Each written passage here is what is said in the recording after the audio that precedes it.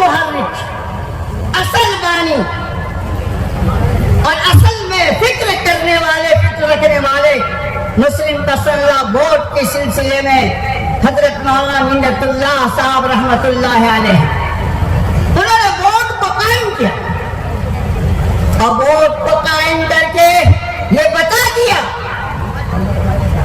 کہ شریعت میں، خدائی دین میں کوئی تبدیلی نہیں ہو سکتی ہے، لا تبدیل لکلمات اللہ رب العالمین،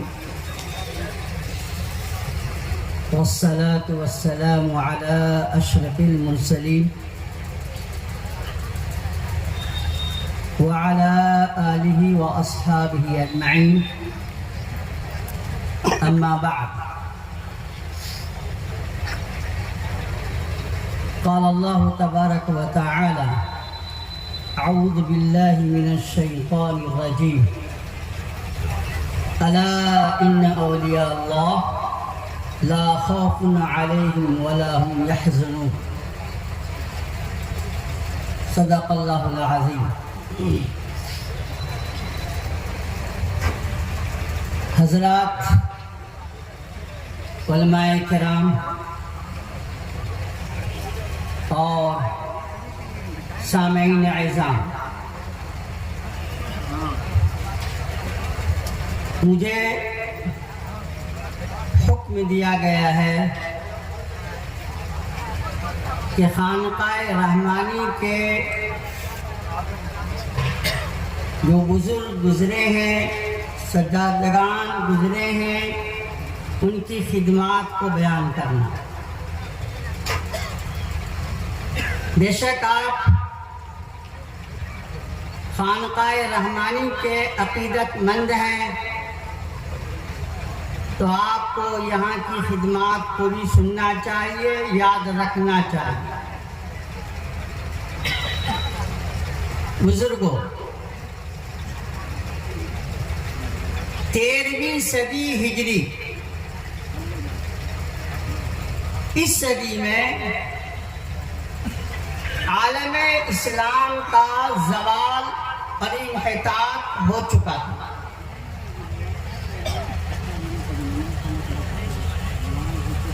لوگ مغربی تہذیب کے غلام بن چکے تھے، دل و دماغ پہ مغربیت چھا چکی تھی۔ اسلامی تہذیب موت اور حیات کے درمیان تھی۔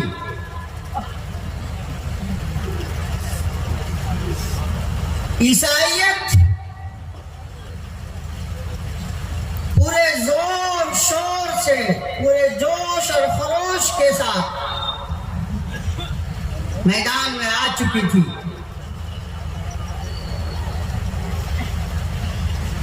نئے نئے دینی فتنے اور گمراہ کن جماعتیں پیدا ہو رہی تھیں۔ نوبت یہاں تک پہنچی کہ نبوت کے دعوے دار بھی پیدا ہو گئے اور ہندوستان میں مغلیہ سلطنت کا آخری چراغ بھی گل ہو چکا تھا۔ انگریز کا مکمل تسلط ہو چکا تھا۔ عجیب دور تھا، بڑا ہی انتشار، اضطراب کا عالم تھا، ایک ہو کا عالم تھا۔ کلمہ گو مسلمان آزمائش اور امتحان میں مبتلا تھے۔ اللہ تعالیٰ نے اس دھرتی پہ رحم کھایا، شخصیات کو پیدا کر دیا، جن شخصیات کی مثالیں نہیں ملتی، انہی شخصیات میں قطب العالم سید شاہ حضرت مولانا محمد علی منگیری رحمت اللہ علیہ کی ذات اقدس ہے۔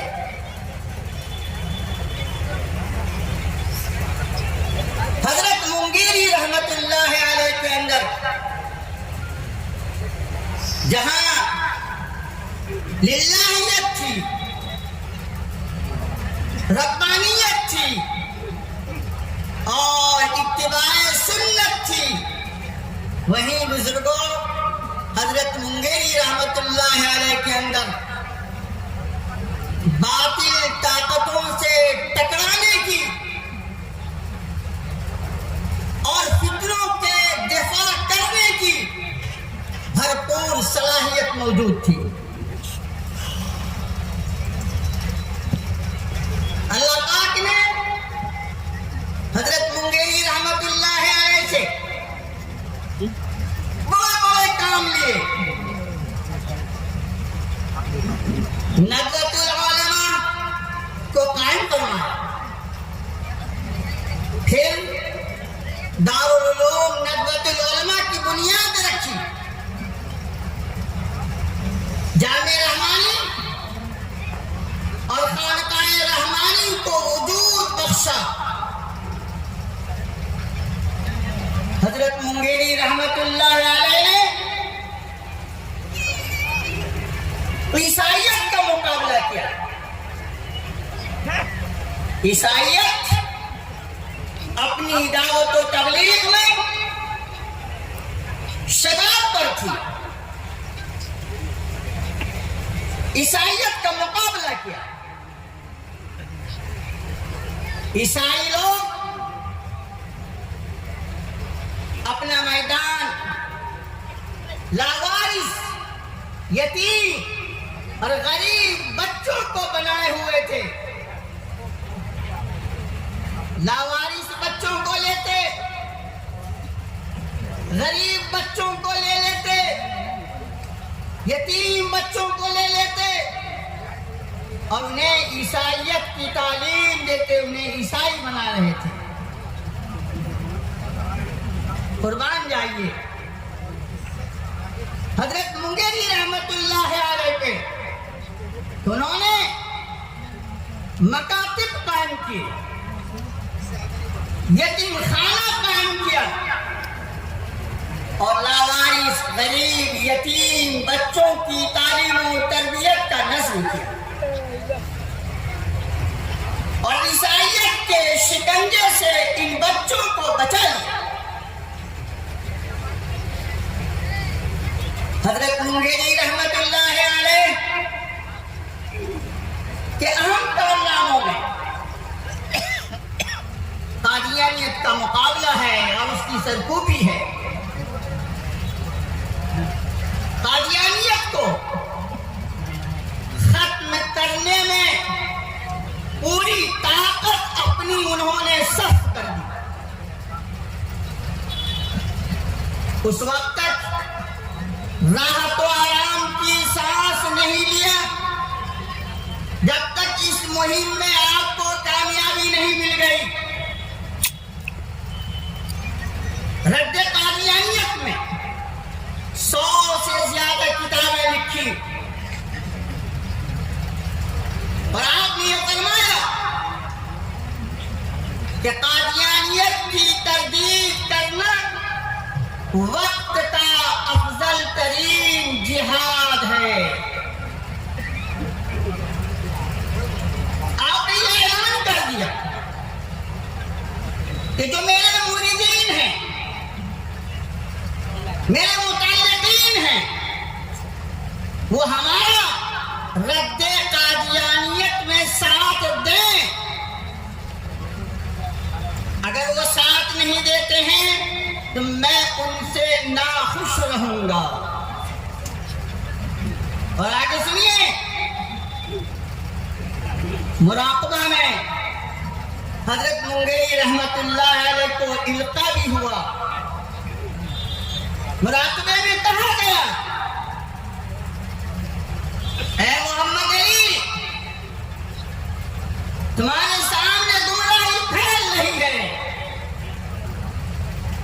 ساکت ہو، خاموش ہو، کل قیامت میں پوچھ ہو گئی تو کیا جواب ہوگا؟ مراقبہ میں یہ القاء ہوا۔ خلاصہ یہ ہے کہ قادیانیوں سے مقابلہ ہوا، مناظرہ ہوا۔ 1911 میں منگیر کی اسی سرزمین پہ مناظرہ ہوا۔ اس موقع سے پورے ملک سے علماء حق تقریباً 40 علماء آئے ہوئے تھے خانقاہ رحمان، جن علماء نے دارالعلوم دیوبند کا چلتا پھرتا کتب خانہ علامہ انور شاہ کشمیری رحمت اللہ علیہ بھی تھے، مولانا مرتضی حسن چاندپوری رحمت اللہ علیہ تھے، امام المعقولات حضرت مولانا عبد الوہاب رحمت اللہ علیہ تھے۔ مولانا مرتضی حسن چاندپوری رحمت اللہ علیہ کو مناظرے کا متکلم بنایا گیا۔ بزرگوں، کیا درد تھا مولانا منگیری کے دل میں، کیا طلب تھی، اس کو سنیے۔ مناظرہ شروع ہوتا ہے، ادھر مولانا منگیری رحمت اللہ علیہ سجدے میں چلے جاتے ہیں، اللہ کے حضور میں رو رہے ہیں، گر گرا رہے ہیں۔ اس وقت تک سجدے سے سر کو نہیں اٹھایا جب تک کہ جیت کی خبر نہ آئے، سجدے میں پڑے رہے۔ ایسی شکست ہوئی قادیانیت کی، بہار کیا پورے ملک میں قادیانیت کا زور ختم ہو گیا، اس کی کمر ٹوٹ گئی۔ یہ بہت اہم کارنامہ ہے خانقاہ رحمانی کے اس بزرگ کا، مولانا محمد علی منگیری رحمت اللہ علیہ۔ اور ایک بات میں بتلانا چاہتا ہوں، آپ کی غور سے سنیں، ہمارے اہل علم علماء اکابر بیٹھے ہوئے ہیں، وہ بھی سن لیں، شاید ان کے علم میں یہ بات نہ ہو۔ مکے میں، مکہ مکرمہ میں نام سنا ہوگا مدرسہ سہولتیہ کا، جس مدرسے کو قائم کیا تھا حضرت مولانا رحمت اللہ کیرانوی رحمت اللہ علیہ نے۔ اپنی نوعیت کا مکے کا بلکہ سعودیہ کا وہ پہلا مدرسہ تھا۔ مولانا منگیری رحمت اللہ علیہ جب مکے پہنچے تو مدرسے میں بھی گئے، حضرت مولانا رحمت اللہ کیرانوی رحمت اللہ علیہ لے گئے اور وہاں مہینوں رہے۔ وہاں بھی انہوں نے خلق خدا کو فیض پہنچایا۔ اور جو اصل بات میں سنانا چاہتا ہوں اس کو سنیے۔ حضرت مولانا رحمت اللہ کیرانوی رحمت اللہ علیہ نے یہ شکایت کی، ایک درخواست کی، گزارش کی، کہا کہ مدرسہ افلاس اور تنگی کا شکار ہے، مدرسے میں تنگی ہے، پریشانی ہے۔ اور یہ پریشانی اس لیے تھی کہ اس وقت کا سعودیہ آج کا سعودیہ نہیں تھا۔ آج تو دولت کی ریل پیل ہے، اس وقت سعودیہ کے اندر بھی افلاس اور تنگی تھی۔ تو حضرت منگیری رحمت اللہ علیہ سے انہوں نے درخواست کی، کچھ آپ توجہ فرما دیں، کچھ مالی تعاون ہو جائے، اہل خیر سے آپ کہہ دیں۔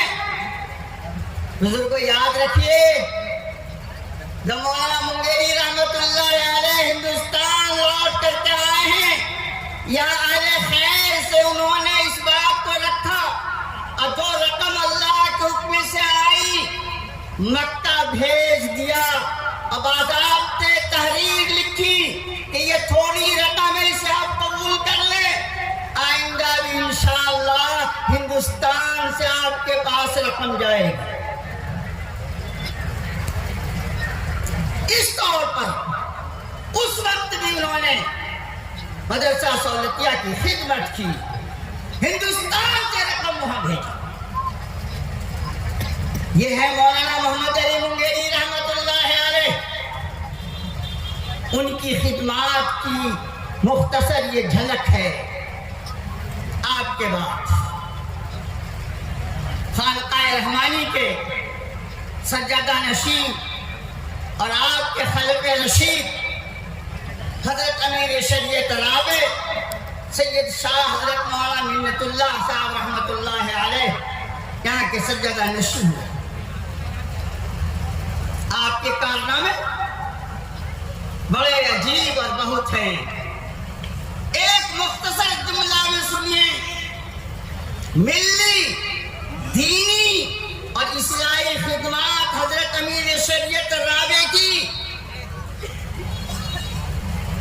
تقریباً 50 سالوں سے زیادہ کی مدت پہ ان خدمات کا دائرہ پھیلا ہوا ہے۔